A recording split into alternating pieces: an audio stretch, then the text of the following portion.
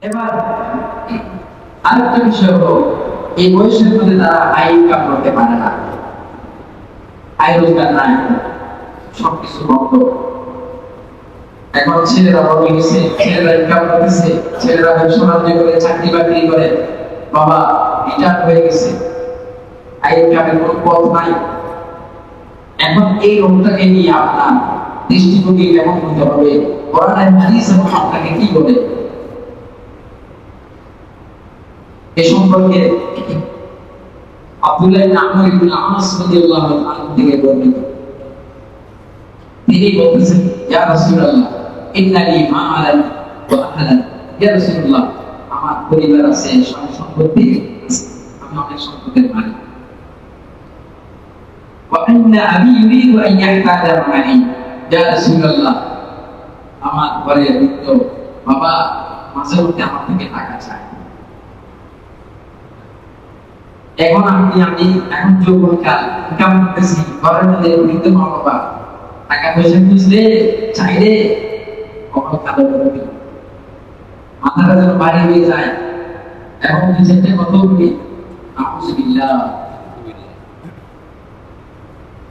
নবী বয়স্ক এই বৃদ্ধ বাবা আপনার পিছনে কত শ্রম, কত মেহনত, কত পরিশ্রম করেছেন আপনাকে মানুষ করার জন্য, আপনাকে ডাক্তার বানানোর জন্য, আপনাকে ইঞ্জিনিয়ার বানানোর জন্য, আপনাকে লয়ার বানানোর জন্য। সে বাবা সে মা কত কষ্ট করেছে, আপনি সব কিছু ভুলে গেছেন। এখন আপনাকে আপনার বাবা আপনার থেকে 2-4 টাকা খুঁজতেছে নিজের প্রয়োজনের খরচ করার জন্য, এটাকে আপনি কি ভারী মনে করতেছেন?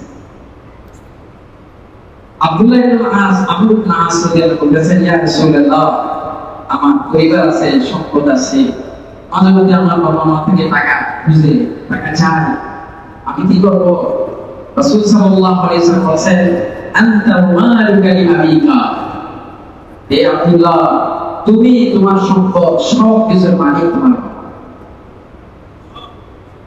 তুমি তোমার সন্তান, তুমি এবং তোমার সম্পদ সব কিছুর মালিক কে? তোমার বাবা, আসল মালিক তোমার বাবা। কি শিক্ষা দিয়েছেন? অর্থাৎ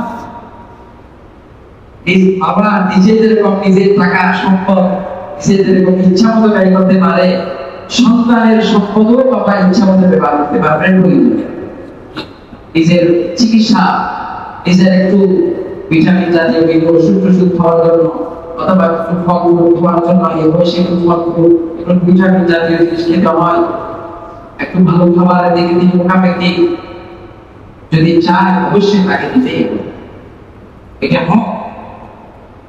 এটা তো এই হাদিস থেকেও ওলামায়ে মাযহাবের ইমামগণ বলেন, যদি বাবা যদি দরিদ্র হয়, সন্তান যদি সম্পদশালী হয়, তাহলে অবশ্যই সন্তান তার বাবার সম্পূর্ণ খরচ তাকে বহন করতে হবে।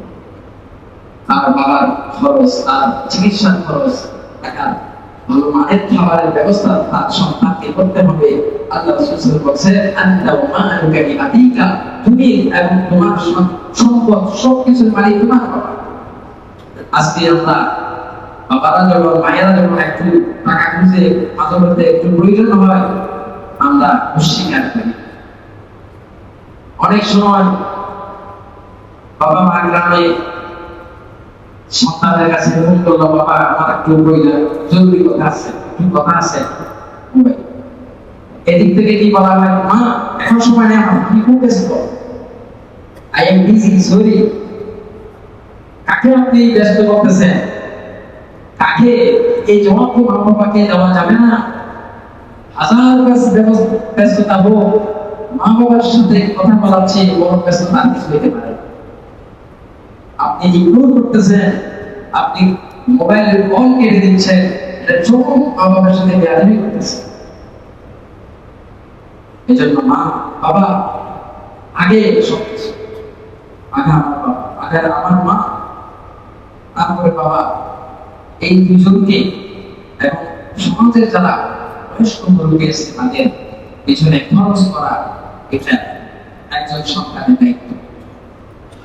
সমাজের মাঝে আমরা মনে করি মা বাবা বৃদ্ধ হয়ে গেছে, তাদের তো আর কোনো কাজ কাম নাই, তাদের তো কোনো রোজগার নাই, তারা আমাদের জন্য বোঝা। কেন এরা পড়ে আছে, বেকার পড়ে আছে? আপনি তাদেরকে বেকার ভাবতেছেন, আপনি তাদেরকে বোঝা মনে করতেছেন। আর নবী করিম সাল্লাল্লাহু আলাইহি ওয়াসাল্লাম কি বলেন? ইবনুনি আদ-দাঈফা, বুখারী হাদিস এবং আরো অনেক হাদিসের কিতাবের মধ্যে এসেছে। ইবনুনি আদ-দাঈফা, তোমরা আমাকে সমাজের যারা অবহেলিত, বঞ্চিত মানুষের, দুর্বল শ্রেণীর মানুষের মাঝে আমাকে তালাশ করো।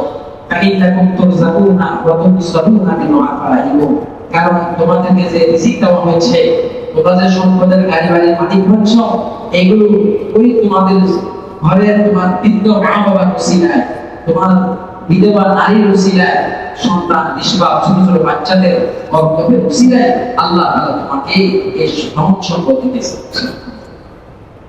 তোমার ঘরের মধ্যে যে বয়স্ক মা বাবা পড়ে আছে, তাকে তুমি বোঝা মনে করিও না।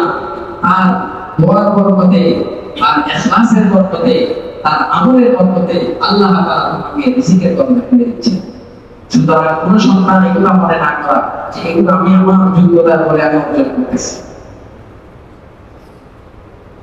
আমার ক্রেডিট, আমার প্রেস্টিজ, আমার যোগ্যতা, মেধা, এক্সপেরিয়েন্স এর দিক থেকে আমি এগুলো সব অর্জন করতেছি, সম্পূর্ণ মিশে। নবী মুহাম্মদ রাসূলুল্লাহ সাল্লাল্লাহু আলাইহি ওয়াসাল্লাম বলেন, ইন্নাকুম তুরজাকুনা। আর হাদিসের মধ্যে আল্লাহ রাসূল সাল্লাল্লাহু আলাইহি ওয়াসাল্লাম বলেন, ইন্নামা ইয়ারযুকুল্লাহু হাদিহিল উম্মাহ বিদাঈহা। এই উম্মতের বন্ধুদেরকে আল্লাহ তাআলা সাহায্য করতেছেন এই উম্মতের যারা দুর্বল শ্রেণী আছে। দুর্বল শ্রেণী কারা? যারা ইনসাফ করতে পারে না, অবহেলিত, গরীব, মিসকিন, অসহায়, এদের উসিলায় আল্লাহ তাআলা তাদেরকে রিজিকের ব্যবস্থা করতেছে।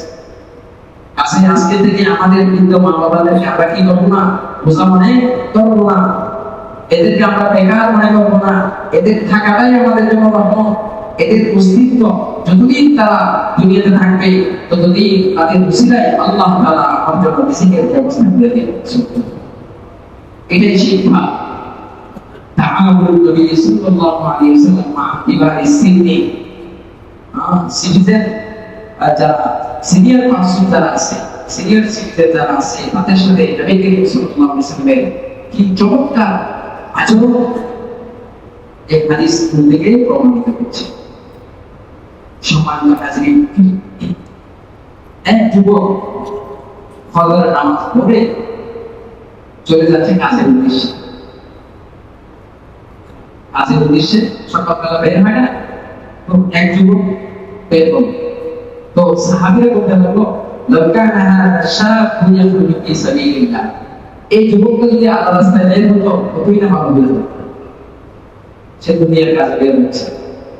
এই কথা শোনার পরে রাসূল করিম সাল্লাল্লাহু আলাইহি ওয়াসাল্লাম বলেন, ইন কানা খারাজা ইয়াসআ আলা আবাওয়াইনি শাইখাইনি কাবীরাইনি ফাহুয়া ফি সাবিলিল্লাহ, সে যদি তার বৃদ্ধ মা বাবাকে খাওয়ানোর জন্য, তাদের সেবার জন্য, তাদের খেদমতের জন্য যদি আয় রোজগার করে, উপার্জন করে, ফাহুয়া ফি সাবিলিল্লাহ, সে আল্লাহর রাস্তায় জিহাদ করা সুবহানাল্লাহ। যে যুবকরা এখানে আছে, আপনার ঘরের মা বাবা তাদের ইনকামের জন্য, তাদের খেদমতের জন্য, তাদের সেবার জন্য যদি আপনি এই নিয়তে চাকরি করেন, ব্যবসা করেন, আল্লাহ রাব্বুল আলামিন আপনাকে জিহাদের সওয়াব দান করবেন। আখিরাতে নেকি আপনি পাবেন, আর দুনিয়াতে আল্লাহ তাআলা আপনার জন্য রিজিকের দরজা খুলে দিবেন।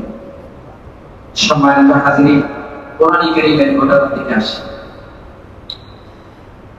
ঘরে যদি মুরব্বি থাকে, দাদা দাদি থাকে, বয়স্ক মা বাবা থাকে, তাদের কষ্ট দূর করার জন্য, তাদের থেকে চাপ হালকা করার জন্য প্রত্যেক সন্তানকে, প্রত্যেক যুবক সমাজকে কি করতে হবে? দায়িত্ব পালন করতে হবে যে আমার মা বাবার উপর যেন কোনো শারীরিক চাপ না আসে, কোন মানসিক চাপের শিকার যেন আমার মা বাবা না হয়। আমার ঘরের আশেপাশে মুরব্বি নাই, আপনার কাছে মা বাবা নাই, কিন্তু আপনার আশেপাশে মুরব্বি তো আছে। আপনাকে চেষ্টা করতে হবে, নিজের শ্রম দিয়ে, শক্তি দিয়ে আপনাকে চেষ্টা করতে হবে ওই আপনার মা বাবার উপর যেন চাপ সৃষ্টি না হয়। কারণ মা বাবা এই বয়সে পৌঁছে গেছে, চাপ মানে চাপ মাথায় নেওয়া এই শক্তি পাবে, এই জন্য স্কুল করে। স্টুডেন্টের সংখ্যা বেড়ে গেছে না কেন? আপনি মা বাবাকে পেয়ে দিচ্ছেন, আপনি আর আপনার স্ত্রীর মধ্যে লাগছে জামে, এটা সামলানোর জন্য মা বাবা আরাম হয়ে গেছে, মা বাবা টেনশন করতেছে। আপনার একটা চাকরি চলে গেছে, আপনি হঠাৎ করে মা বাবাকে বললে তার বিরাট টাকা রাখে, আপনি কৌশলে ভারী করবেন, চাপ যেন না মাথায় নিতে না। এই শিক্ষা কোরআন দিয়েছে।